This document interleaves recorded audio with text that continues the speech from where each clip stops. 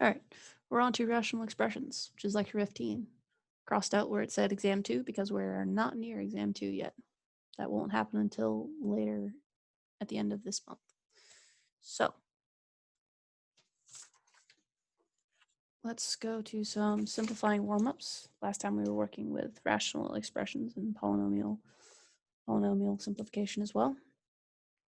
So if we have k minus 5 divided by 5 minus k, and we want to simplify this, well, this is the same thing as -1 times 5 minus k over 5 minus k. So this is equal to -1, where, well, if we try and cross these things out, 5 minus k cannot be 0, or k cannot be 5. Those are your restrictions. Okay? Pretty straightforward. We're going to get into some more simplification stuff in a moment. First, let's look at multiplication. There's an easy way and a hard way. Well, hard way is to just sort of brute force this. So let's see. The example is 12 over 35 times 63 over 24. If you did just want to multiply those two things out, what would we get? 756 over 840. Not nice numbers. Now, the easy way would be to look at 12 over 35 times 63 over 24. And notice 12 and 24, well, those have common factors. And 12, we're just going to have 1 here, and 24, we can cancel that and make it a 2. So 12 times 2 gives us 24. And the same here with 63 and 35. They both have a common factor of 7. So this is going to turn into a 9, and this is going to turn into a 5. So we now have 1 over 5 times 9 over 2. This gives us 9/10. This is a lot better looking than that, and it's a lot easier. Okay. Camera's going out of focus on me. All right, so let's move on to something polynomial related. All right, we have the example x squared minus 9 over x squared minus 5x plus 6 times x cubed minus 2x squared divided by x squared plus 4x plus 3. Well, this, we could multiply it out and go through that pain and misery and practice our patience, but we don't need to. We're going to factor out the top and bottom of each polynomial. X squared minus 9 factors into x minus 3 times x plus 3. The denominator to this factors into x minus 3 times x minus 2 times, all right, let's look at the second rational expression. This becomes x squared times x minus 2 over x plus 3 times x plus 1. Yeah? All right, so what can we cancel here? Here, we can cancel x minus 3, x minus 3. We have an x minus 2 and an x minus 2, and the x plus 3 and the x plus 3. Right? So it all boils down to x squared over x plus 1. That's what's left. Right? This is a 1 over 1 on this side. All right, what are the restrictions? Well, we crossed out x minus 3, so x can't equal 3. We did x minus 2, it can't be 2. And we did x plus 3 and x plus 3, so it can't be minus 3 either. Right, those are our restrictions. Okay, so when you're multiplying out polynomials, you really want to try and factor them out as much as you can so that you can see where this cancellation occurs and get something nicer. So now let's look at an example with division. All right, we have this x squared plus 3x minus 10 divided by x plus 5 divided by x minus 2 over x squared plus x minus 6. Well, first things first, factor everything out. So this becomes x plus 5 times x minus 2 over x plus 5 divided by x minus 2, x minus 2 divided by this factors to x minus 3, x plus 2. All right, division of this becomes multiplication. So we get x plus 5, x minus 2, times the reciprocal of this guy, which is x minus 3 times x plus 2 over x minus 2. All right, so now we get to cancel some things. The x plus 5 and x plus 5 is gone. X minus 2 and x minus 2 is gone. All right, so we get x minus 3 times x plus 2. Now, this happens when x can't equal, crossed out the 5, x plus 5, so it can't be negative 5, and it can't be positive 2. Right? Almost. That's just from stuff that we canceled out. What did we start with? We started with this function, right? With this rational expression. Now, we cannot have 0 on the denominator of this expression. So we also can't have x squared minus x minus 6 can't equal 0.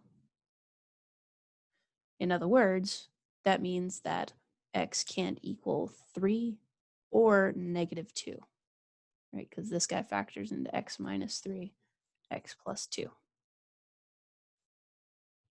right? So you have to be careful when you're given stuff like this. It's not just what you get when you cancel stuff out that you have to worry about. You have to also worry about the domains of your original expressions and what you were given. Okay, so that was multiplication, division. Now let's move on to adding and subtracting. So to add or subtract rational expressions, you must have a common denominator, just like regular numbers. So this example, we have 3x plus 3 divided by 2x plus 5 plus x minus 7 over 2x plus 5. Well, the denominators are the same, so we add them together. 3x plus x gives us 4x. 3 plus 7 gives us 10. Divided by 2x plus 5. We can simplify this down a little bit. This becomes 2 times 2x plus 5 or 2x plus 5. This equals 2 when x does not equal, when this denominator slash when you cancel these out, equals 0. So this is when x is not equal to negative 5/2. Okay. Moral of the story, adding or subtracting rational expressions, you have to have a common denominator. Okay. So sometimes that can be a bit difficult. So we find the least common denominator. So we have a few steps. First is to factor the denominators. Then list the type of factors that appear. And then use the highest exponent that appears on each factor. So if we consider these two expressions, 7 over x plus 4, bear with me a second.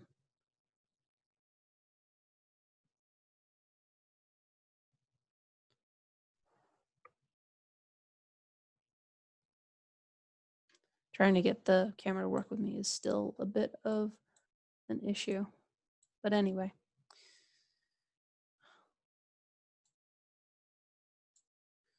Okay, sorry. So identify the least common denominator of 7 over x plus 4 and 2x plus 1 over x plus 8.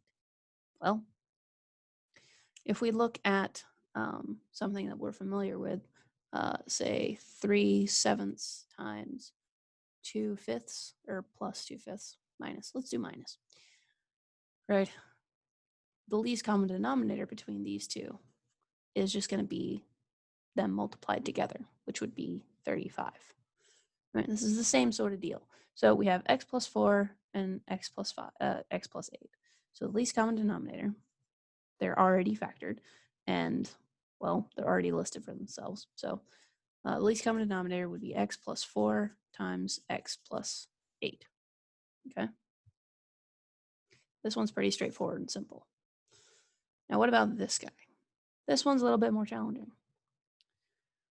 So let's let's see, 18 factors into 2 times 3 squared, right? It's 2 times 9.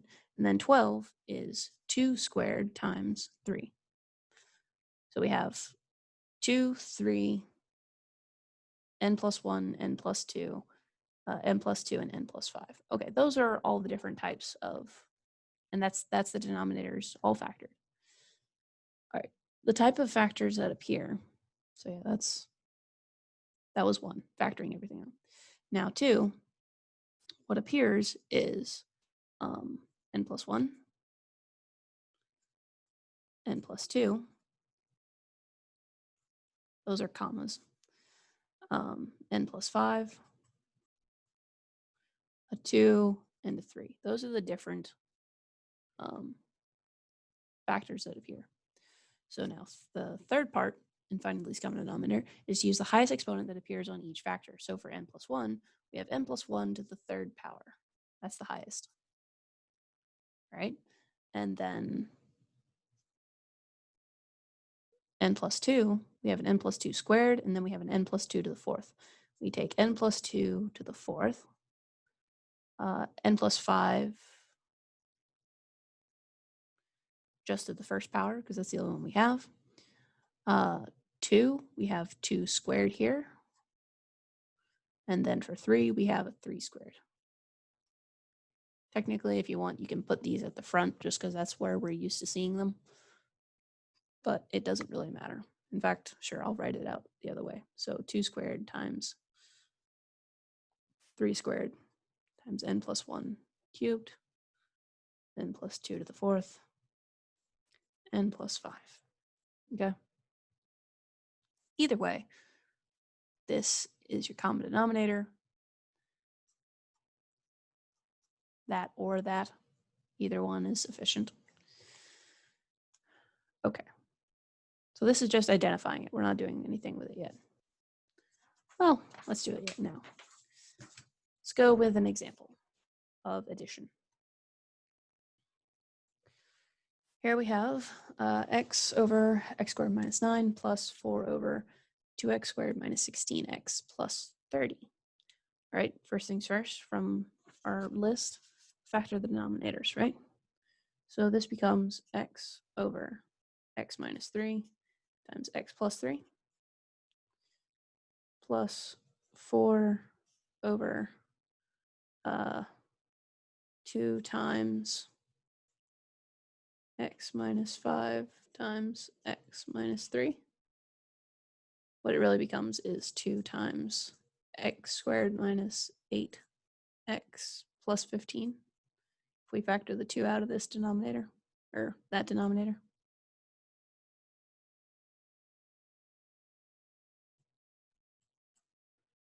And then this factors to 2 times x minus 5 times x minus 3. Okay. So we factored out the denominators, and we can go a little bit further. We can cancel that 2, cancel that 4, and reduce that down to a 2. Right? We're just making the numbers nicer here.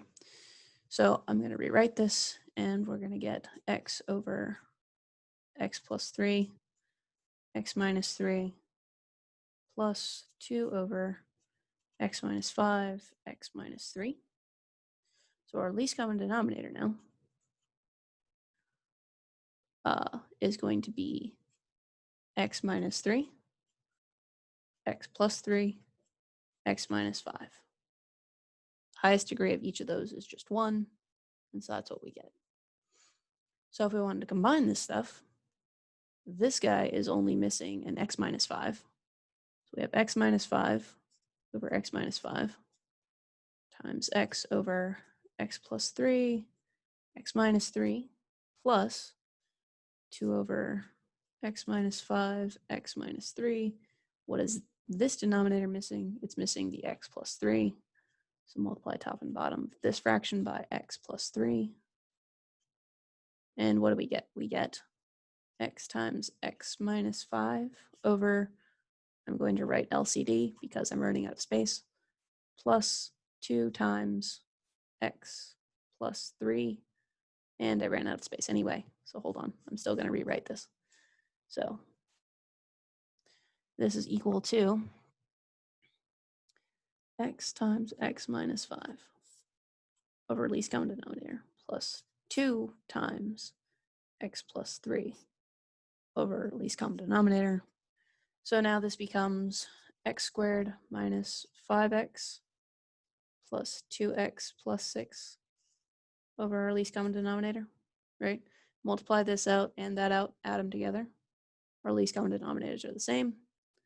So this is x squared plus 5, no, plus 3x.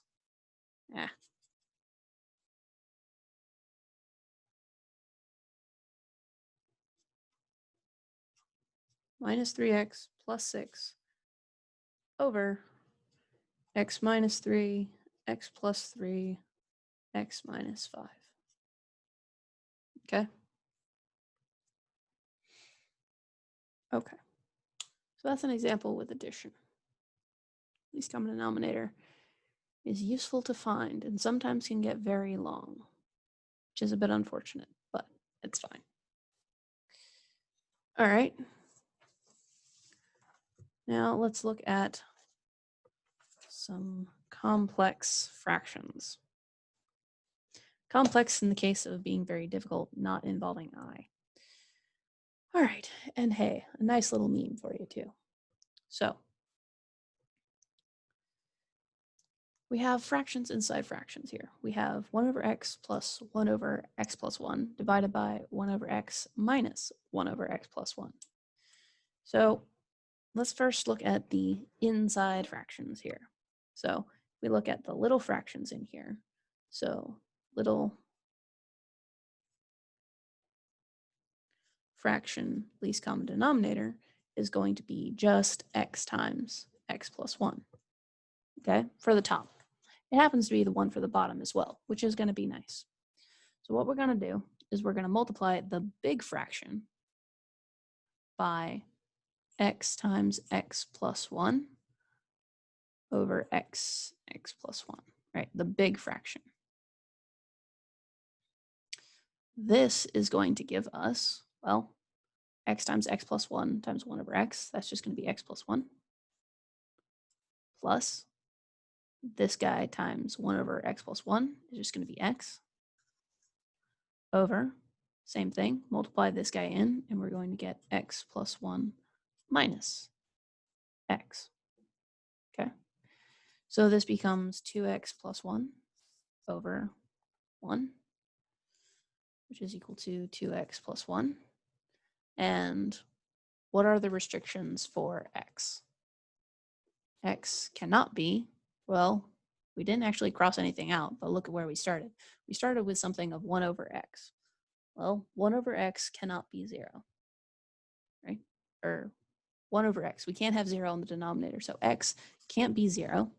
And also look at the fraction 1 over x plus 1. We also get that x can't be negative 1 either. That's for all the little fractions. Now, if we look at the bigger fraction, or sorry, not the bigger fraction. Yes, the bigger fraction.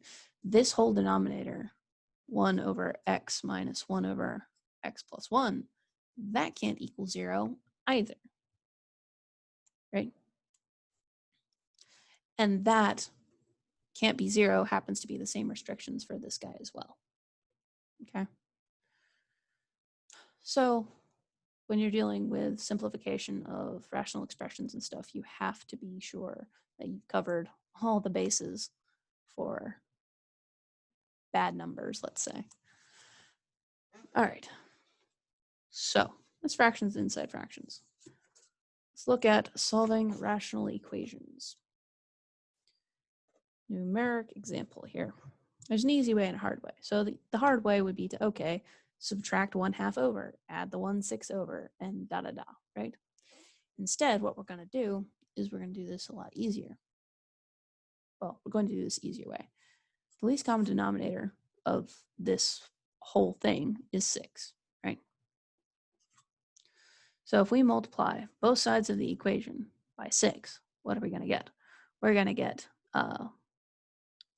4x minus 1 is equal to 3x plus 5. right? Multiply 6 to every single one of these terms. Well, that's a lot easier. Subtract the 3x and add the 1 over. Well, we'll do it this way. And look at that. That was very nice, quick, and neat. Don't have to deal with fractions. Don't have to deal with nonsense. Simplifying and getting rid of fractions is a very nice thing to do. It makes things quick and easy. Okay, so what are the steps for solving rational equations? 1, find the least common denominator of all fractions. Okay, multiply both sides by the least common denominator, solve, and then check your solutions. Right.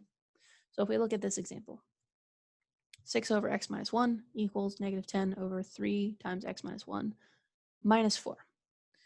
All right, so first off, what's the least common denominator? Least common denominator is going to be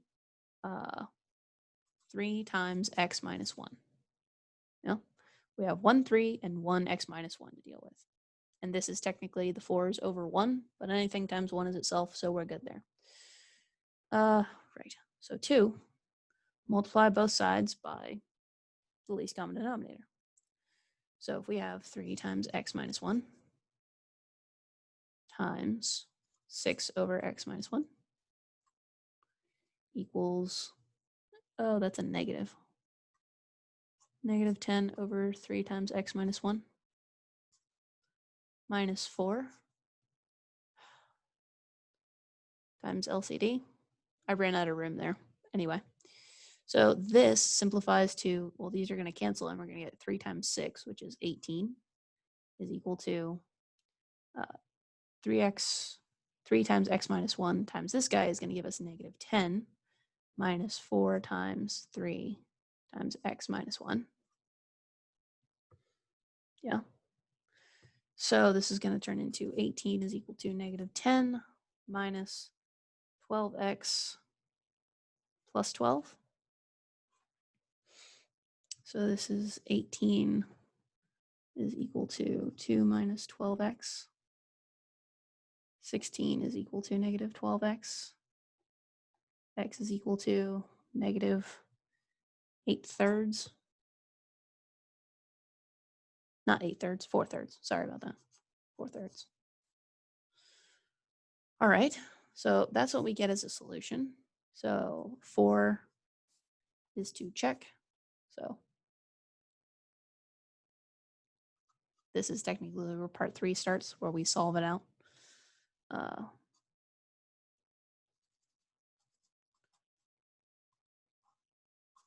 I have bad writing that says check. Check. This is a solution. If we plug this into here, do we get an equivalence? Which we do. I'll leave that for you to double check, but it does work. Okay? And make sure you double check.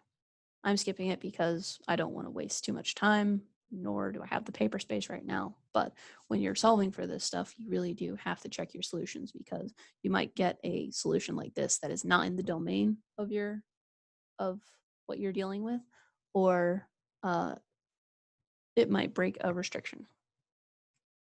Okay, so let's look at another example.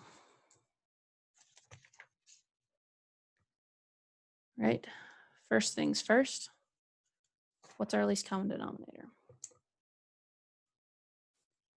Least common denominator, that's just going to be x minus 1 times x plus 2. Okay. Multiply that on both sides of the equation.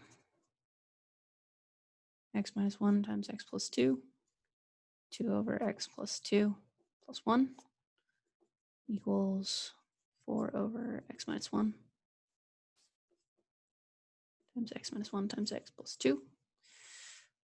All right, so what do we get? Those cancel out and we get 2 times x minus 1 plus x minus 1 times x plus 2 equals 4 times x plus 2. So this becomes 2x minus 2 plus x squared plus x minus 2 equals 4x plus 2. simplify this side up a bit, and we get x squared plus 3x minus 4. Yeah, equals 4x plus, oh, that should be an 8. That's an 8. 4x plus 8. Okay, now step 3 would be to solve this guy. So we get x squared minus x minus 12 equals 0. Right, just move the 4x over, move the 8 over. And what do we get? Well, this factors into x minus 4 times x plus 3 equals 0.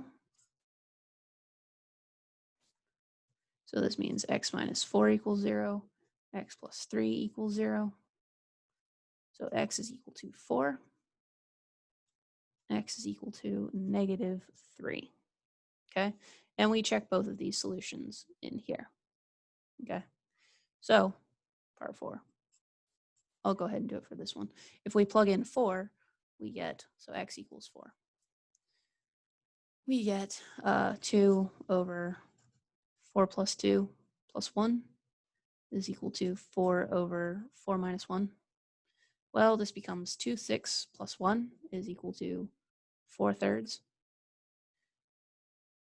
1 plus 2, 6 becomes 8 6. Pull a 2 out, and that equals 4 thirds. And so that checks out. And then you would do the same for x equals negative 3. Okay? All right. So let's go on to another example.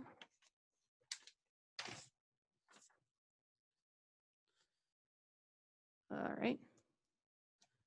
We have x over x minus 2 plus 8 over x minus 5 is equal to 11x minus 28 over x minus 2 times x plus x minus 5. Okay. Again, first things first, what's the LCD? 2, yeah. The LCD is x minus 2 times x minus 5. 2, we multiply both sides of the equation by the least common denominator. So we have x minus 2 times x minus 5 times x over x minus 2 plus 8 over x minus 5 equals 11x minus 28. That should be a minus. That's a minus 5. X minus 5 times x minus 2, x minus 5. All right, so when we do this, what do we get? 3 is to solve it out. So when we multiply this in, we get x times x minus 5 plus 8 times x minus 2 equals both the x minus 2 and the x minus 5 cancel on this side, so it's 11x minus 28. So this becomes x squared minus 5x plus 8x minus 16, 11x minus 28. Let's see. So this x squared, this becomes plus 3x minus 11x. We'll do it this way first, sorry.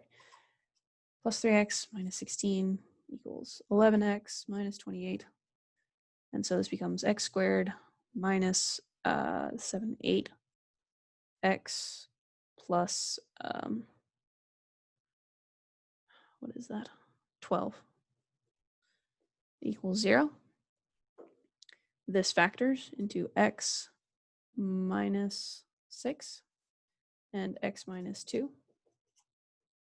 And so we get x is equal to 6 or 2. Okay. Now is where we have to check the solutions.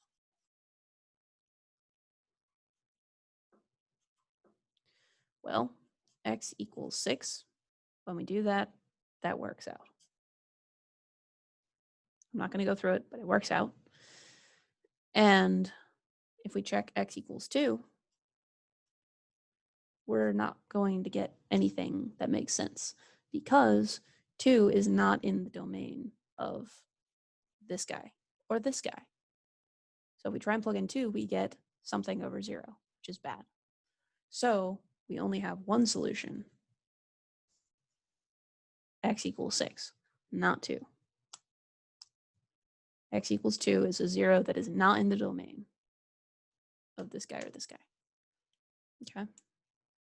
So always have to be wary of that. All right. Now let's go to an application. Oh, actually, this is a very common application in question to go through. So, words. Alice can paint a fence in 30 minutes, while Bob can paint a fence in 60 minutes. How long would it take for them to paint a fence if they work together? Well, Alice and Bob. I don't actually know many people named either of those things. Either of those names. It doesn't matter. Alice, she takes 30 minutes. Minutes. It's plural. So that means she can paint 1/30, so 1/30th of a fence per minute. Okay. Bob takes 60 minutes. He's a bit slower.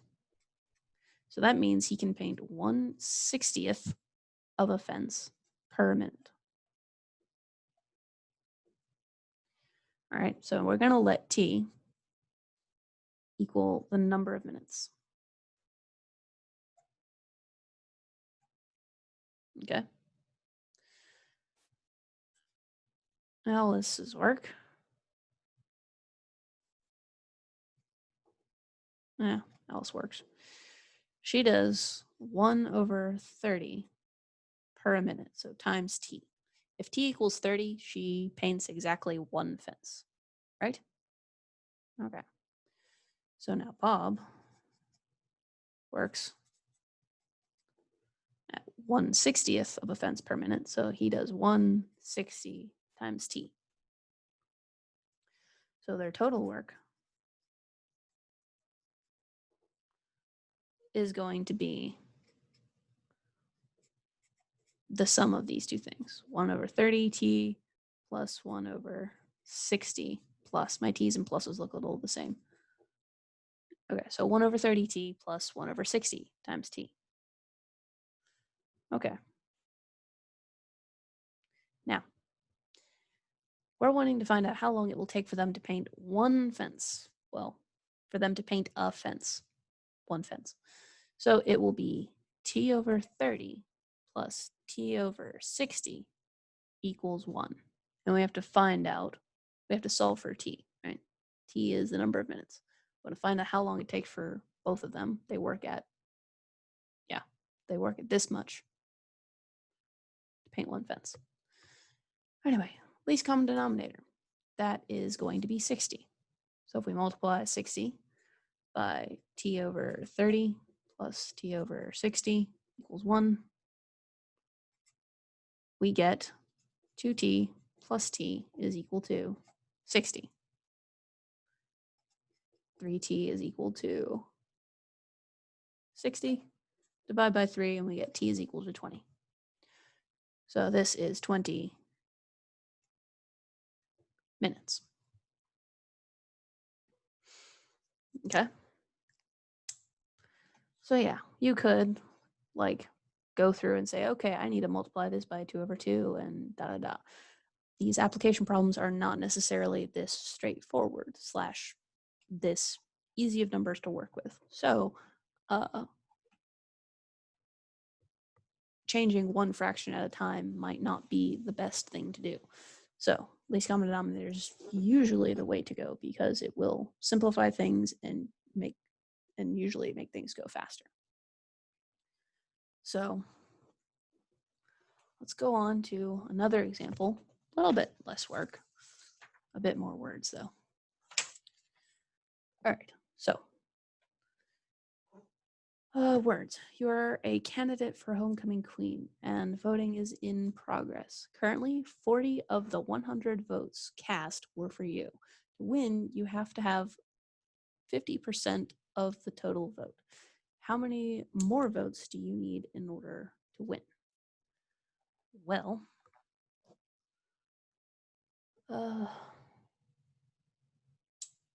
let's see.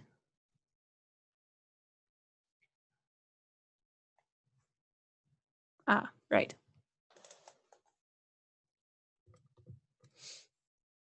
So, first off,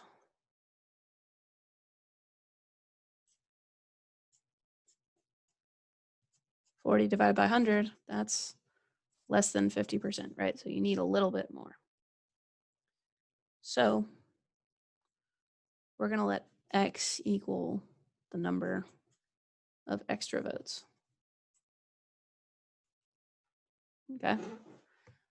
So you have a total of 40 going for you. 40 of the 100 votes cast were for you. In order to win, you have to have more than 50% of the total vote. How many more votes do you need in order to win? Well, you need so many more extra votes out of, well, 100 plus X. You need this to be equal to 0.5. 50 if you want. That's 50%. Yeah. So if you solve for X,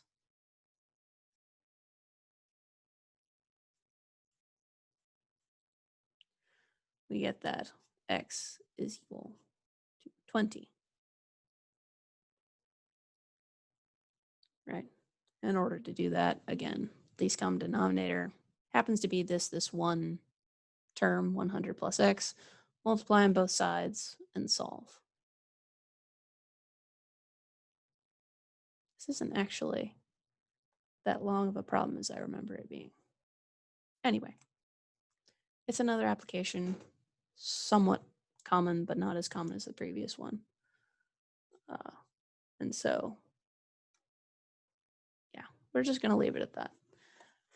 And now on to something, and now for something completely different. Let's go back to rational functions.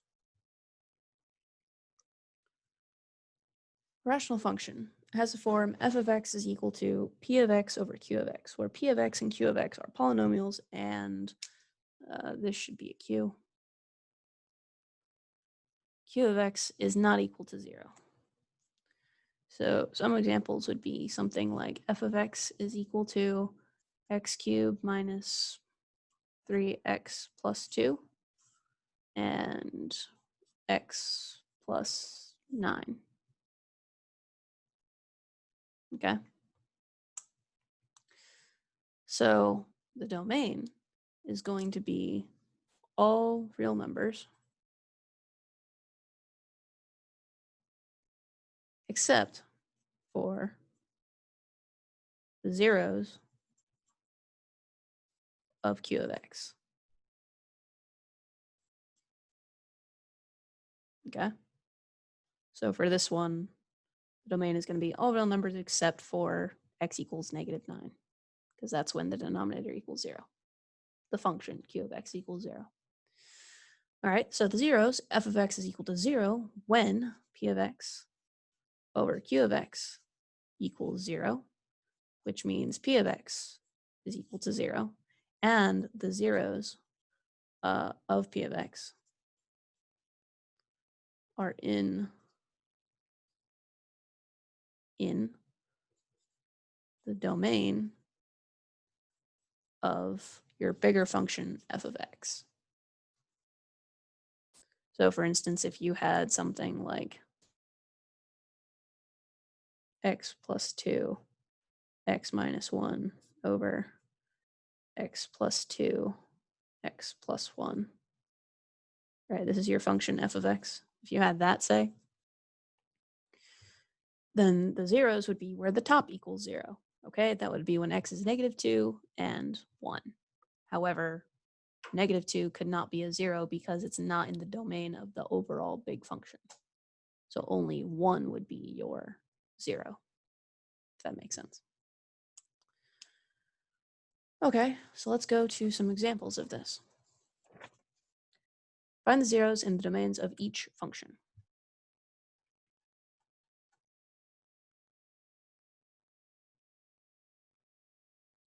Wait a second.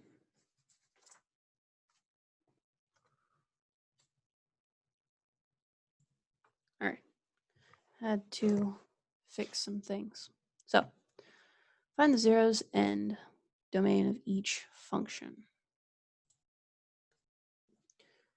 Okay, so find the zeros and the domain of each function. Well, first things first, factor everything out so we can see what's going on. So this guy is x minus 6 over x squared times x squared minus 5x plus 6. Simplifies even more to x minus 6 over x squared times x minus 6 times x plus 1. All right, so the zeros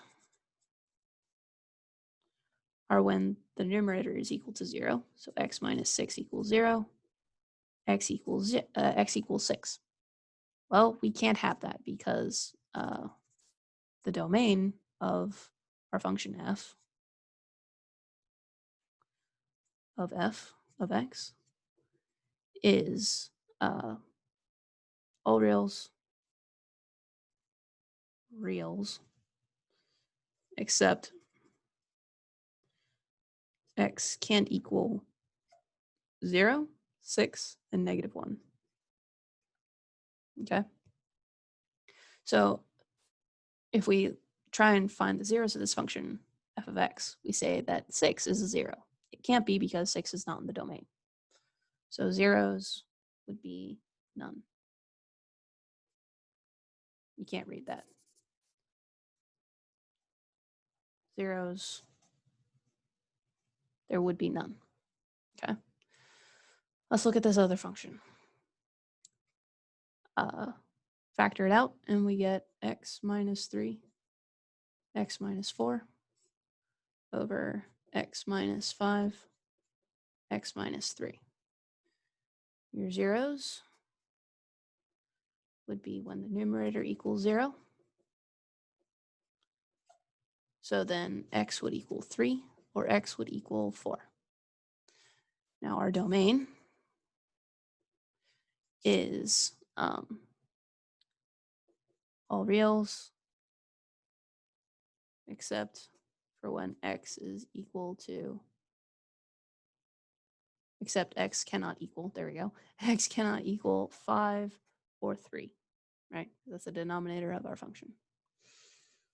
Okay, so that means that our zeros, we can only have that guy as a 0, and this one cannot be. Okay. We will explore more in the next lecture about what happens at the point when you can cancel like these two things, and about why this is not a 0. Anyway, that happens in next lecture. So yeah, this is the end of this lecture.